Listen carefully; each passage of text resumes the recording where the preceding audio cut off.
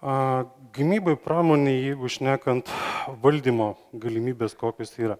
Čia iš tikrųjų yra patiktos ne kelios, o 7 galimybės, kaip jį galima valdyti. Kas yra ledinis šviestuvas arba liuminescencinis šviestuvas, kuo jis yra geras, tai kad su judesiu arba šviesos davikliu, su valdikliais, su programavimais, iš tikrųjų galima pasirinkti kelis variantus pagal esamą situaciją.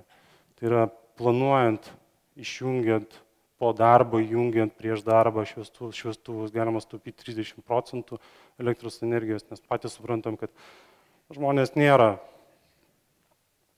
atidūs ir ne visą laiką išjungia. Taip pat galima panaudoti dienos šviesos panaudojimas, tai irgi sutaupo iki 35%. Tarp kitko vienas yra pavyzdžių, kai gyvenajam name, nors šitą sistemą žinojau senai, kad šiaurinė pusė tiesiog stogė panaudoja šviesos specialų tokį linzę, kuri atspindi šviesą būtent į namus, į būstą. Ir nežinau, kodėl pramonė, pavyzdžiui, nepanaudoja tą pačią iš stogo ar kažkokiais būdais, ta prasme, konvertuota natūralią šviesą iš gamtos. Kitas dalykas yra šviesos srauto sumažinimas, kai yra naudojamas vienos naujos lempos iki 20%. Tai irgi tos galimybės yra, kad pakeičiant šviestuvus, šviesos šaltinius, jas galima būtų padimeriuoti iki to lygio, kurio mums reikia. O po to palaipsniui juos kelti, kai jau nusėda šviesos šaltinis. Judesio davikliai. Tai irgi elektros energijos taupimas iki 30%. Tai būtent kas yra lediniams apšvietimas arba liuminescenciniam, daugiau galbūt lediniams šviestuvams yra labai gerai, tai kad 30% pats ledinis šviestuvas yra greitai įsijungia ir išsijungia. Jį galima dimeriuoti iki 10%.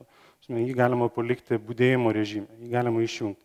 Liuminescencinio metalo išleidžiu arba gyvsidabrio lempas.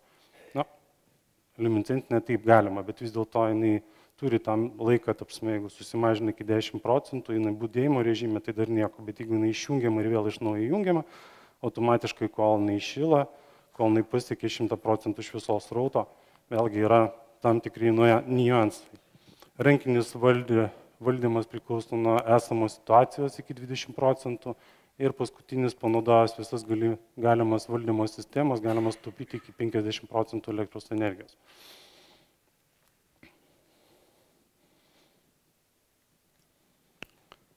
Pradžioje sakiau, kad būtent nuo apšvietimo priklauso ir tam tikri faktoriai pačios pramonės arba mūsų darbas netgi ofise. Iš tikrųjų yra sugalvotos tam tikros valdymo sistemos, kai žmogus ateina į darbą, jam yra duodama dozė šviesos, kad jisai geriau pradėtų dirbti ir po būsto. Per pietus yra sumažinamas šviesos srautas, kad jisai atsipalaiduotų, pailsėtų. Grįžus po pietų jam vėl yra duodama dozė daugiau šviesos srauto ir tokiu būdu, yra skatinamas arba gerinamas darbo našumas. Taip pat ir pramonė. Yra būtent lentelė pavaizduota, kur mes galim matyti užduočių atlikimas. Tai būtent jeigu padidino šviesos srautą, atitinkamai irgi galim gauti tam tikrą procentą, sakysim, atliktų geriau darbų. Broko kiekis B. Čia kažkaip neveikia. Irgi mažėja prie geresnės šviesos srauto ir nelaimingo atsitikimo. Irgi mažėja, kai padidinamas šviesos srautas. Iš tikrųjų, vienas iš tokių pavyzdžių, tai yra paskutinis mano atliktas darbas, buvo Nissano centras raitas, kai vadovas atėjo ir sako, žinai, pas mane servise šiaip žmonės lėtai dirba, vienas dalykas patikrino mane auditas būtent Nissano, sako, mums reikėtų pasikeisti apšviestumą, apšvietimą. Ir iš tikrųjų pakeitus tą apšvietimą, žmonės, būtent serviso vadovas ir patys žmonės darbininkai sakė, kad mes to nesitikėjom, kad pakeitus tam tikrus šviestuvus į efektyvesnius, geresnius ir suteikus daugiau šviesos, kad pats darbas jisai bus našesnis ir efektyvesnis.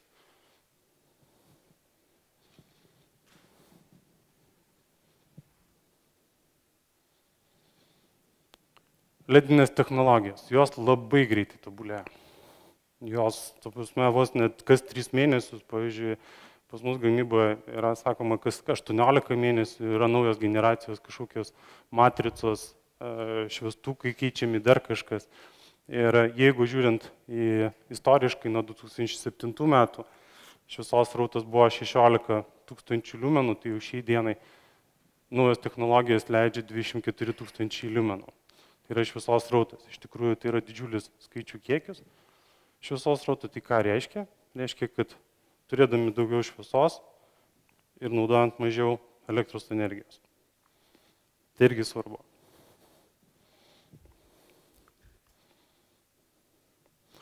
Vienas iš pavyzdžių yra atliktas objektas Slovakijai.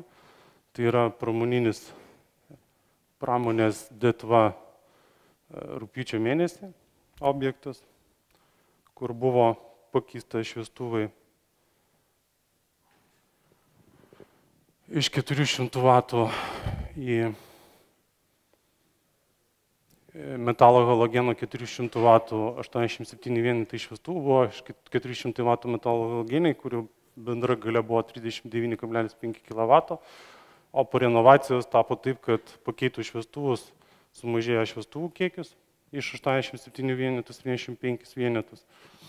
Aišku, galia 21,9 kW. Ir kokie atsiliepimai buvo, tai kad prieš renovaciją apšvieta buvo 100-200 liuksų, po renovacijos buvo 500 liuksų.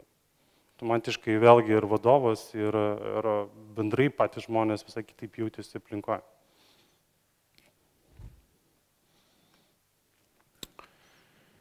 Čia vienas iš tokių projektų, kur mes darėm kartu su Lesto, tiek kiek reikia mokyklai, Lesto ir City Services. Tiesiog norėjau pristatyti trumpai apie mokyklų galimybės, tai ką mes pasiūlėm vieną išskirtinį mokyklai.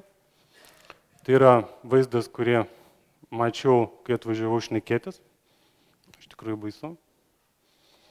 Tai tiesiog pasinaudodamas, galbūt ir jūs vaikus turite, taip toliau, galbūt yra kažkokios organizacijos, kurios susidomės irgi tokiais projektais. Ir po renovacijos. Iš tikrųjų, Philipsas pasirinko būtent ne veltui šitą mokyklą, tai buvo įdiegta speciali valdymo sistema, kuri vadinasi School Vision. Šitos valdymo sistemos arba šviestuvai yra naudojami būtent mokykloms, šiaip tai galima ir ofisams naudoti. Jos yra paplitusios daugiau yra Anglijai, Vokietijai. Tai kiek aš atsimenu gerai, iš 20 mokyklų, Kauno mokyklų buvo pasirinkta viena klasė. Tas apšvietimas buvo padarytas tokiu principu, kad šviestuvai, būtent šviestuvuose yra 3 lempos. Yra pultas prie mokytojos, kuris gali sutramdyti arba suaktyvinti vaikus. Kaip ir minėjau pradžioje, tai yra sumažinta šviesos srautą, vaikai nusiramina, tampa ramesni ir jeigu norint atlikti kažkokį kontrolinį darbą, duodamas daugiau šviesos srautas, taip suaktyvinama vaikų darbas ir iš tikrųjų, kiek žinau, tai būtent efektas labai geras. Čia tą patį, ką ir vaikai rašo, racionalus elektros naudojimas mokykloje. Modernizavus mokyklą elektros ūkį, juose būtų sutaupoma apie 50% elektros energijos. Čia iš tikrųjų nepiešiau, jie piešia. Čia 11 metais daryta. Mokykloje senas elektros lemputės pakeisti naujomis taupančiomis elektros energiją. Čia, tarp kitko, 12 klasė. Neįkvoti elektros energijos be reikalo. Išeidami iš klasės išjunkite šviesą. Įsigiję saulės kolektorius galėtume naudoti karštą vandenį mokykloje ir sueikvoti mažiau elektros energijos. Netgi 12 apie tai galvoja. Ir trumpa išvada tos mano prezentacijos, tai išjungti arba pritaikyti valdymą šviesos jutiklį ten, kur yra natūrali šviesa, kai ir pasakojau pramonį, ten jeigu yra natūrali šviesa iš lauko ar kažkokias galimybės pajungti, tai galima sutaupimas iki 30%. Paskaičiuoti, koks naudojimo šviestuvo efektyvumas yra šiai dienai. tai yra liumenas 1 vatui. Galimybė atnaujinti ir į našesnius, efektyvinius sprendimus. Taip pat yra svarbus spalvinė temperatūra ir apšvieta. Spalvinė temperatūra, galbūt nekalbėjau, bet vakar, profesoriaus Žukausko Delfi yra labai rimta būtent straipsnis apie ledinius šviestuvus mėlynos spalvos. Tai siūlyčiau tikrai nueiti pasiskaityti, nepasakosiu aš šiandien. Ir taip pat valdymo galimybės, kurios gali sutaupyti elektros energijos iki 70%. Būtent apšvietime yra ir tikrai yra galimybė sutaupyti apšvietime 70% elektros energijos. Jeigu įdiegiant valdymą, pakeičiant šviestuvus į efektyvesnius, tokiu būdu. Taip, šiandien tiek.